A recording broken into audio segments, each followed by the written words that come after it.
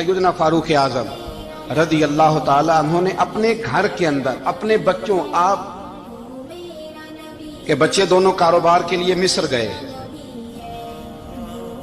तो वहां के गवर्नर साहब ने लोगों से, एक बहुत बड़ा काफिला गया मदीने से मिस्र तिजारत के लिए, जाते हैं ना आज भी काफिले कई मुल्कों में, तो ये गए तिजारत के लिए। तो हजरत अब्दुल्ला इब्ने उमर, हजरत उबैदुल्लाह इब्ने उमर, हजरत उमर के दोनों बेटे गए। जनाब उमर फारूक के बच्चे जब वहां पहुंचे तो मिस्र के गवर्नर ने ना लोगों को तारुफ कराया कि ये उमर फारूक के बेटे हैं, ये हजरत है, ये चौधरी के बेटे को कौन बताता है कि तू चौधरी का बेटा है? बाहर वाले बताते हैं, घर वाले जी। और सेठ साहब के बेटे को कौन बताता है कि तू सेठ साहब का बेटा है? और मालिक को कौन बताता है कि तू मालिक का बेटा है और ये किराएदार है? ये कौन बताता है? ये सोच हम देते हैं बच्चों को। चौधरी और कम्मी की सोच, अमीर और गरीब की सोच, मालिक और किराएदार की सोच, घर के मालिक की और काम करने वाले की सोच, ये हम देते हैं। याद रखना, ये हम देते हैं, ये हमारा मिजाज है, ये बाहर से नहीं आती। तू कोई शहजादा है, तू सेठ है, तू नवाब है, ये सोच बाहर से नहीं आती। ये अम्मा सोच देती है, अम्मा, ये अब्बा सोच देता है। और फिर जब तबाही उतरती है तो उसके जिम्मेदार भी बाहर वाले नहीं होते, घर वाले होते हैं, घर वाले। हमारे बच्चों की तबीयतों पर ज्यादा नक्श बाहर वालों का नहीं होता, घर वालों का होता है, याद रखिएगा। हजरत उमर फारूक रदी अल्लाह, बच्चे हैं, शहजादे हैं, वो कारोबार करने गए और वहां लोगों ने बताया गवर्नर साहब ने कि ये फारूक आजम के बच्चे अमीरुल मोमिनीन के। लोगों ने उनसे ज्यादा माल खरीदा, तिजारत में ज्यादा नफा हुआ। जाहिर है कि वो आपके जो अल्लाह खैर करे हुक्मरान है, उनके कारोबार कितने मुल्कों में है, किस बुनियाद पर है? वो सिर्फ इस बुनियाद पर कि वो हुक्मरान रहे, उनके लिए आसान था बड़े लोगों से ताल्लुकात बनाना। हजरत उमर फारूक रदी अल्लाह ताला अन्हु के बच्चे ढेरों माल कमा के जब वापस आए ना, तो हजरत उमर से आके बच्चों ने बतौर मोहब्बत का, अब्बा जी अल्लाह ने बड़ा ही फजल किया है, बड़ा माल कमाया अल्हम्दुलिल्लाह, ये देखें कितना नवाजा है। तो हजरत उमर कहने लगे सारे काफिले ने इतना ही कमाया, सारे काफिले ने इतना ही कमाया?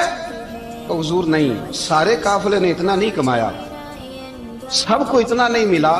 वो तो वहां गवर्नर साहब ने लोगों को तारुफ कराया था कि ये उमर के बच्चे हैं, तो लोगों ने फिर हमसे बड़ा ही खरीदा। तो हजरत उमर फरमाने लगे ठीक हो गया, मैं बात समझ गया, इस तरह करो, जो तुम्हारी असल ज़र थी ना, जो राज थी, वो रख लो और बाकी सारा माल माले खजाना में जमा करा दो, इसलिए कि ये तुमने तजारत नहीं की, ये तुमने अपने बाप का नाम बेचा है, ये तुमने अमीरुल मोमिनीन के बेटे होने का फायदा उठाया है।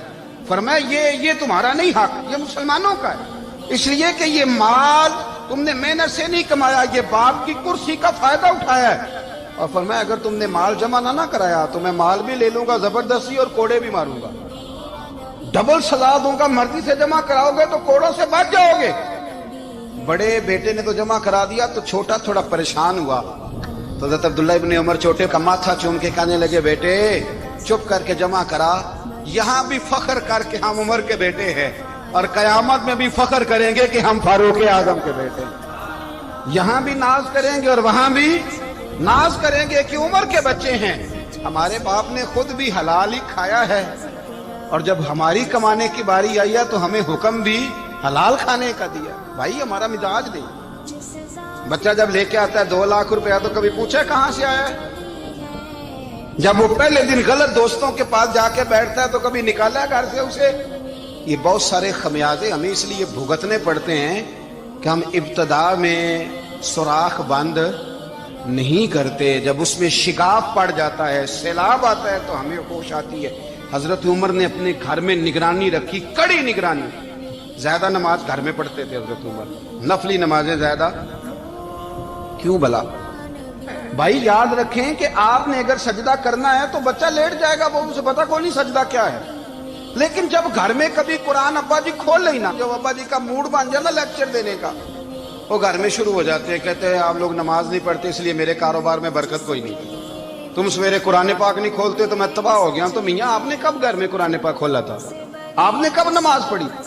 आपने कब घर के अंदर अल्लाह रसूल का जिक्र किया था? आपने कब हदीस छेड़ी?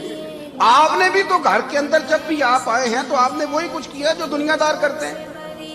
आप भी तो अपना मोबाइल लेके अलग कोने में बैठ गए। आपने भी तो कहा है कि अब तुम्हारे चैनल खत्म, अब मेरी मर्जी वाला चलेगा। तो जो आपने किया है बच्चे भी वही काम करेंगे। आपने भी गपशप लगाई है तो वो भी लगा रहे हैं। ये समझ लें, जो काम आप करेंगे आप अपने बच्चों की सीरत में उसका जलवा देख लेंगे। बड़ी पक्की सी बात है कि आपको बच्चे की आदतें देख के समझ आ जाएगी कि मैं भी यही करता था और ये भी।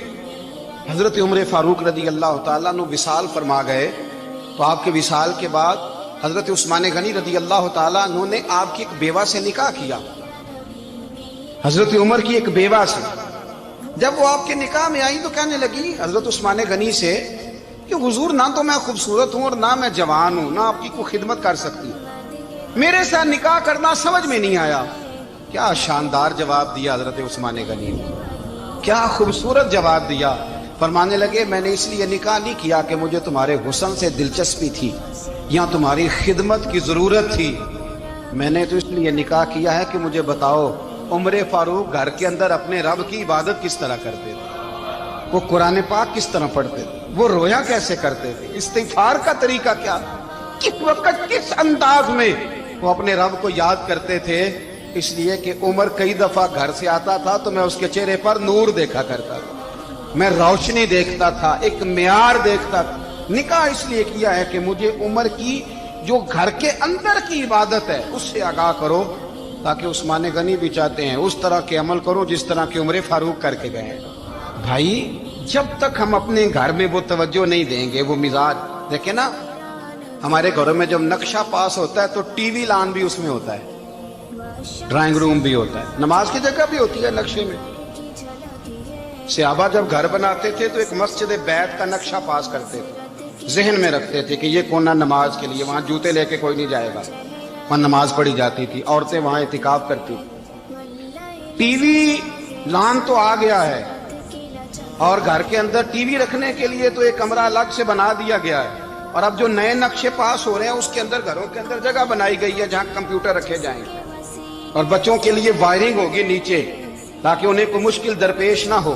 ये सारी चीजें हमने नहाने के लिए घरों के अंदर इतने इतने बड़े वॉशरूम बनाए हैं कि लगता यह है कि सिवाय नहाने के और काम ही नहीं कोई घर में होगा। हर चीज आ गई, पर अल्लाह करे कोई तफसीर भी टेबल पे पड़ी नजर आए, कोई हदीस की किताब भी टेबल पे पड़ी नजर आए।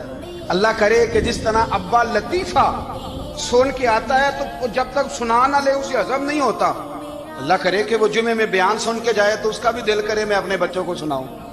वो नबी पाक की कोई हदीस कहीं से सुने तो घर जाके सुनाए। जब तक ये मियार नहीं बनता, आप कैसे तवक्को करते हैं कि घर के अंदर अल्लाह की रहमतें नाजिल होंगी? आप ये कैसे तवक्को करते हैं कि घर के अंदर वो मियार और वो मिजाज बनेगा? हजरत उमर फारूक ने जाती जिंदगी पर जो तवज्जो दी, घर वालों के मियार पर जो तवज्जो दी हजरत उमर फारूक रदी अल्लाह तआला अन्हु ने, वो भी बड़ी दीदनी है। हजरत अबू मूसा अशअरी को ना आपने वजीर खजाना बनाया, वजीर खजाना।